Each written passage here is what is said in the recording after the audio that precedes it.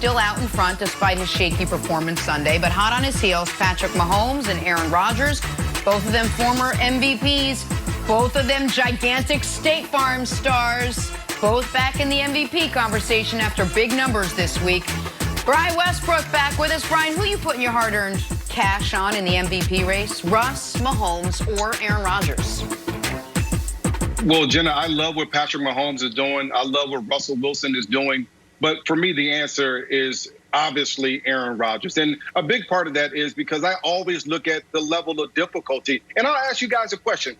Who was it more difficult on? LeBron, when he had Anthony Davis, Kuzma, Rondo, Danny Green, all those guys, or a guy like Giannis who only had Chris Middleton? Who was it more difficult on? And I think the answer is Giannis. That's why the NBA voters pick Giannis as the MVP, because the level of difficulty has to be factored into this situation. Remember what the trade talks were right at the trade deadline, and this is important to know. For Russell Wilson, nobody was like, hey, he needs to go add more weapons offensively. Nobody mentioned that. The only talk about the Seahawks was that they need to add weapons on the defensive side of the ball so they don't have to score as much offensively. What about the Kansas City Chiefs? Of course, nobody said that they need to add more weapons on that team. They got an all-star cast and a track team as far as the receivers go. But the talk around the Green Bay Packers was because they only have Devontae Adams. We have to find another weapon for Aaron Rodgers. We have to find a way for him to get somebody opposite Devontae Adams to help him make plays.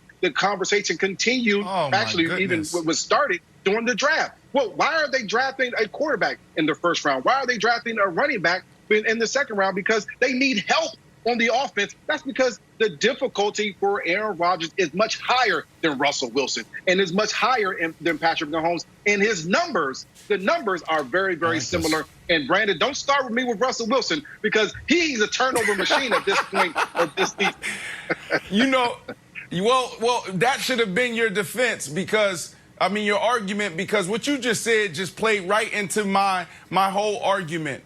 Russell Wilson has the most difficult challenge and job out of anybody in the NFL. And that's including coaches, general managers, the water boys, the physical therapists. That's everyone. Russell Wilson has the worst. He's playing with the worst defense in the history of the National Football League. So when you talk about difficulty, that's why Russell Wilson is my MVP. Yes, he's turning the ball over, and yeah, he needs to get back on track. But at the end of the day, when you go back into history, Kurt Warner did the same thing, had 5 multiple turnover games when he won MVP. Brett Favre had 3.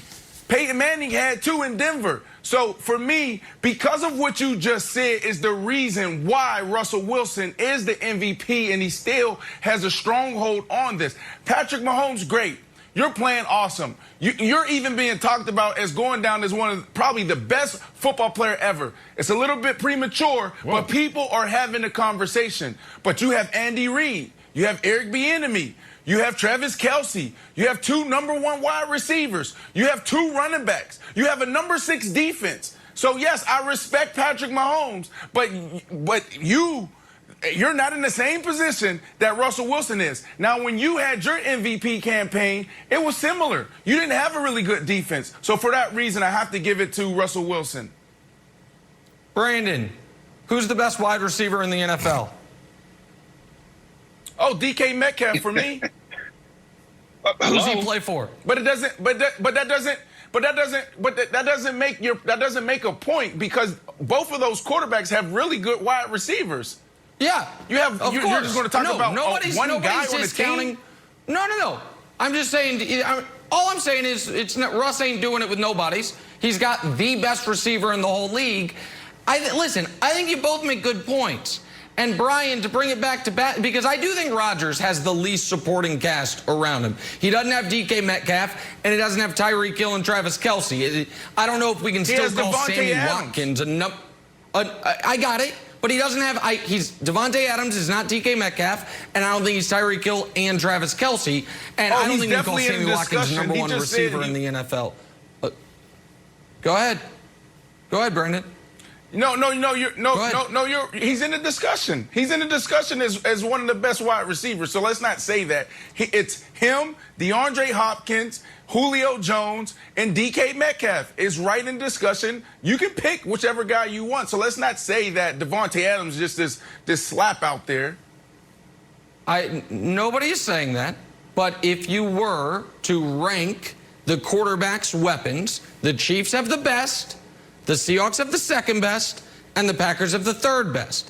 So to Brian's point, I understand the argument that Rodgers' degree of difficulty as far as creating offense is higher than Mahomes or Wilson. Also, I get the Giannis comparison, like who is asked to do more. But Giannis didn't just win the MVP because he didn't have Anthony Davis. He won the MVP because he also averaged more points than LeBron, more rebounds than LeBron, and shot a higher percentage than LeBron. Now, that doesn't mean he's actually the better player, but he did have the better season. The problem for Rodgers and Mahomes is the numbers are all right now relatively close, except for the turnovers for Russ are off the charts compared to Rodgers and Mahomes. And the other issue, I believe, is going to be this. I don't know that Aaron Rodgers is going to be able to sustain this pace, not only statistically, but winning-wise. The Chiefs are going to go 14-2 at worst. And that is going to be a huge feather in the MVP cap of Patrick Mahomes. Right now, I would rank it Mahomes 1, Rodgers 2, Russ 3, because one guy's got 10 turnovers, the other guys have a combined 4. So I think that is a massive difference. It can change, but right now I think Patrick Mahomes is the leader, 25 touchdowns, 1 pick. His team has 1 loss, and of the 3 Wilds, he's the only one who hasn't had a bad game. Okay, so let me break it down for you. If you like statistics, like oddly Brandon does, Brandon's becoming a big statistical guy, you like Russell Wilson. And if you like level of difficulty, well, I got to climb up the hill for it, like Brian does, you like Aaron Rodgers. And if you like statistics and a little bit of highlights and a little bit of hometown bias, you like Patrick Mahomes. Anybody care about winning games? Is it only old KW just because I'm still hanging on to my Patriots dynasty? Because Big Ben hasn't lost a game, and no one even mentions him. It's like, hey, guys, by the way, it's me, Big Ben. We were 8-8 last year, and now we're 8-0. And you know what the big difference was? I shaved my beard, and I'm back on the field. So I think Big Ben, Brian, if you like wins, I'm just shocked that no one's talking about this guy. Hasn't lost a game. You're like, yeah, Chiefs are going to go 14-2. All right, well, what happens if the Steelers go 16-0?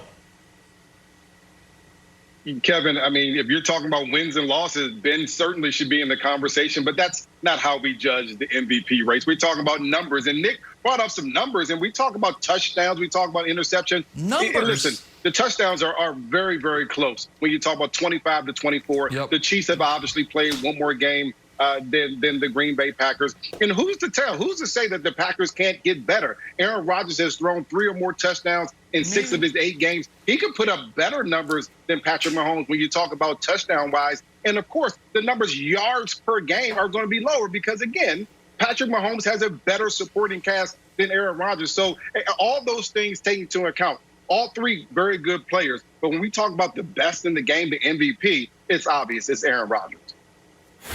Call me crazy. I like to win games. I'm not calling you crazy. Back to last night's game where Cam Newton inched his way back to vintage Cam Newton, though we should factor in his opponent. We will factor in his opponent. Pats and Jets next. Brian, thank you.